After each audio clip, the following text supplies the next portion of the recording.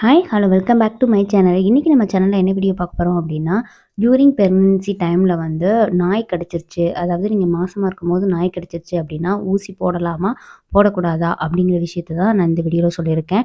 என்னோட எக்ஸ்பீரியன்ஸையும் நான் ஷேர் பண்ணியிருக்கேன். அதாவது நான் மாசமாக இருக்கும்போது என்ன நாய் கடிக்கும் போது நான் ஊசி போட்டேனா இல்லையா அப்படிங்கிற விஷயத்தையும் நான் அதில் சொல்லியிருக்கேன். வீடியோ லாஸ்ட் வரைக்கும் ஸ்கிப் பண்ணாமல் பாருங்கள். இப்போ தான் ஃபஸ்ட் டைம் என்னோட வீடியோ நீங்கள் பார்க்குறீங்க அப்படின்னா, என்னோட சேனல் சப்ஸ்கிரைப் பண்ணி வச்சுக்கோங்க. அப்போ தான் அப்லோட் பண்ணுற எல்லா வீடியோ உங்களுக்கு நோட்டிஃபிகேஷனா வரும். வாங்க இப்போ வீடியோக்குள்ளே போயிடலாம். நான் வந்து ஃபர்ஸ்ட்டு மாசமா இருக்கும்போது 4த் மந்த்து, அதாவது 4வது மாசத்துல வந்து என்னைய வந்து நாய் கடிச்சிருச்சு. வேற எந்த நாயும் இல்ல. எங்க வீட்ல வளர்க்குற நாய் தான். அதுவும் வேணுக்குன்னே கடிக்கல. தெரியாம அது பல்லு பட்டு எனக்கு ரத்தம் வர ஆரம்பிச்சுருச்சு. ஸோ கொஞ்சம் ஆழமாவே பட்டனால ரத்தம் ப்ளீடிங் கொஞ்சம் அதிகமாவே இருந்துச்சு கையில. ஸோ எனக்கு என்ன டவுட் அப்டின்னா, நான் பிரெக்னன்ட்டா இருக்கிறேன். நான் ஊசி போட்டேன்னா, ரேபீஸ் ஏதாவது இந்த ரேபீஸ் ஊசி போட்டேன் அப்டின்னா, தடுப்பூசி போடும்போது என் குழந்தைய பாதிக்குமா? அப்படிங்கிற கொஸ்டின் தான் என் மைண்ட்ல ஓடிக்கிட்டே இருந்துச்சு. அது மட்டும் இல்லாம, நாங்க எங்க வீட்ல வளர்க்குறதுனால, நாங்க ப்ராப்பரா அதுக்கு ரேபீஸ் தடுப்பூசி போட்டுக்கிட்டு இருந்தோம் நாய்க்குட்டிக்கு. ஸோ நாய்க்குட்டிக்கு தடுப்பூசி போட்டிருக்கு. பட் அது நம்மளுக்கு பாதிக்குமா? அப்படிங்கிற விஷயம் எனக்கு தெரியல. நான் வந்து ஊசி போடணுமா? அப்படிங்கிற விஷயமும் எனக்கு தெரியல.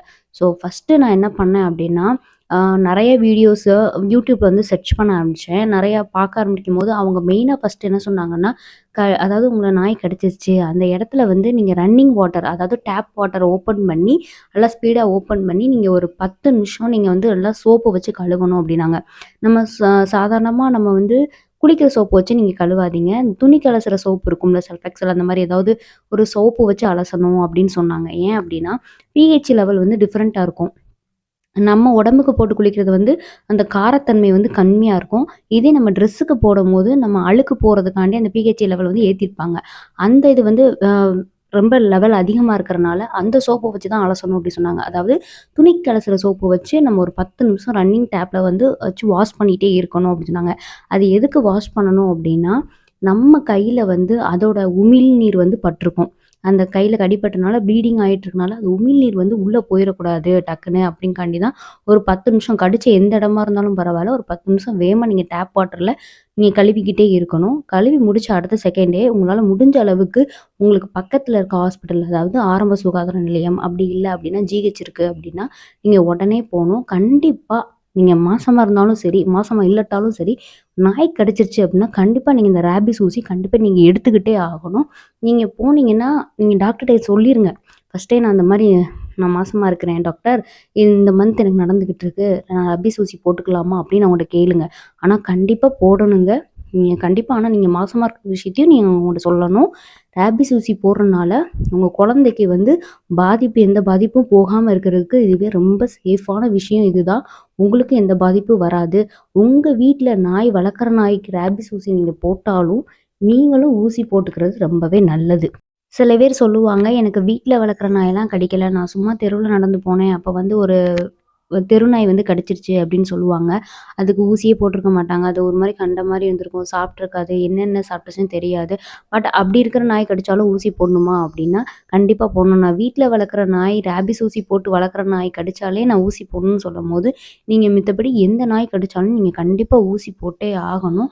பிகாஸ் நீங்க ரேபீஸ் ஊசி போடல அப்படின்னா, உங்கள கண்டிப்பா மரணத்துக்கு தள்ளாம விடாது. உங்க குழந்தைக்கும் அது ஆபத்து உண்டாக்கி குடுத்துரும்.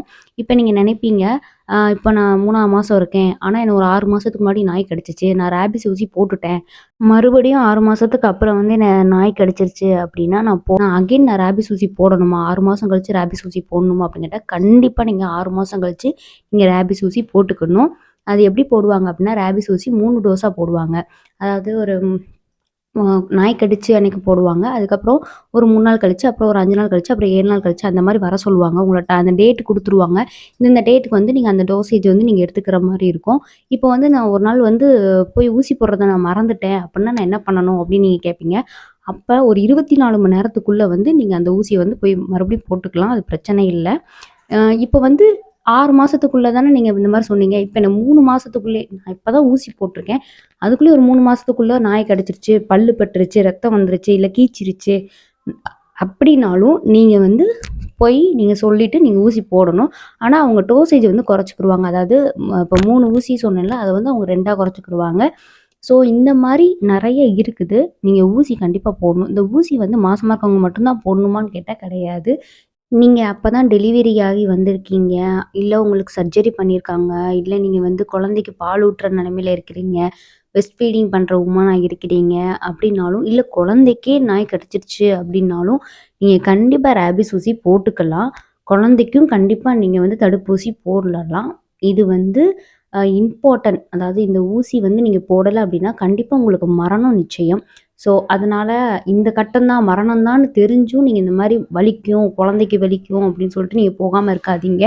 உங்களுக்கு என்ன கடிச்சாலும் நீங்க போய் சொல்லுங்க. என்னென்ன கடிச்சா ஊசி போடணும் அப்படின்னா, அதாவது மாடு, ஆடு, இல்ல இந்த மாரி வௌவால் இந்த மாரி கடிச்சிச்சு அப்படின்னா, நீங்க கண்டிப்பா ஊசி போட்டுக்கணும். ரேபீஸ் ஊசி கண்டிப்பா போட்டுக்கணும். ஏன்னா, ரேபீஸுங்கிறது வந்து ஒரு சாதாரண நோய் கிடையாது. அது வந்து ஒரு உங்களுக்கே தெரியும். தண்ணி குடிக்க மாட்டாங்க. 3 மாசம் கழிச்சு தண்ணிய பார்த்தாலே பயப்படுவாங்க, அலறுவாங்க. ஸோ, அவங்களுக்கு எவ்வளோ கஷ்டப்படுவாங்கன்னு நீங்க பார்ப்பீங்க. இப்ப நெறைய பேத்து தெருநாய் கடிச்சு நெறைய பேர் இறந்து போறாங்கலாம் வருது. ஸோ, அவங்களுக்கு ஒண்ணே ஒண்ணு தடுக்கணும் அப்டின்னா, நம்ம ரேபிஸ் ஊசி, தடுப்பூசி கண்டிப்பா நம்ம போட்டுக்கணும். அது நம்ம என்ன நிலைமையில இருந்தாலும் சரி, நம்ம சர்ஜரி பண்ணியிருந்தாலும் பரவால்ல, நம்ம கண்டிப்பா போய் போட்டுக்கணும். ஆனா, இப்ப நீங்க வந்து ஒரு பிரைவேட்ல பார்க்குறீங்க. நான் வந்து டெலிவரி வந்து பிரைவேட்ல பார்க்க போறேன். ஸோ, அதனால நான் வந்து கவர்மெண்ட் ஹாஸ்பிட்டல்லாம் போனதில்ல. இப்ப நான் இங்க போயிட்டுருக்கேன். அப்ப நான் எப்படி அங்க போறது அப்டின்னா, நீங்க ஊசி வந்து தடுப்பூசி வந்து நீங்க போட்டுக்கலாம். ஆனா, நீங்க போட்டுட்டீங்க அப்டின்னா, ஜிஹெச்ல போட்டுருக்கீங்க அப்டின்னா, அடுத்த வாட்டி கைனகாலஜிஸ்ட்ட போயிட்டு, நீங்க எந்த டாக்டர்ட்ட பார்க்குறீங்களோ, அவங்கட்ட வந்து இந்த மாரி என்ன நாய் கடிச்சிருச்சு. நான் இந்த மாரி நான் நான் வந்து ஊசி போட்டுருக்கேன். அப்படிங்கிற விஷயத்த வந்து நீங்க கண்டிப்பா இன்ஃபார்ம் பண்ணணும். அதனால உங்க குழந்தைக்கும், உங்களுக்கும் ரொம்பவே சேஃப். இது வந்து எந்த ஆபத்தும் விளைவிக்காது. இது என்னோட எக்ஸ்பீரியன்ஸ். அதாவது என்னைய நாய் பல்லு பட்டு எனக்கு ரத்தம் ரொம்ப ப்ளீட் ஆகி எனக்கு வந்துச்சு. நானும் ஊசி போட்டேன்.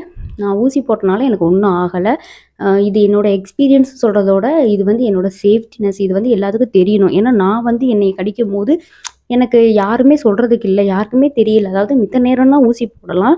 பட் ஆனா, "நீ மாசமா இருக்க ஊசி போடலாமா?" அப்படிங்கிற கொஸ்டின் தான் எல்லாருமே எடுத்துட்டு வந்தாங்க. நான் இப்பயும் சொல்றேன். மாசமா இருந்தாலும், நீங்க என்ன பண்ணிட்டு இருந்தாலும் கண்டிப்பா நீங்க ஊசி போட்டுக்கலாம். இதனால ஒரு பிரச்சனையும் வரப்போறதில்ல. உங்களுக்கு வேற எதுவும் சந்தேகங்கள் இருந்துச்சுன்னா, கமெண்ட் செக்ஷன்ல கேளுங்க. கண்டிப்பா நான் ரிப்ளை பண்றேன். தேங்க் யூ ஃபார் வாட்சிங்.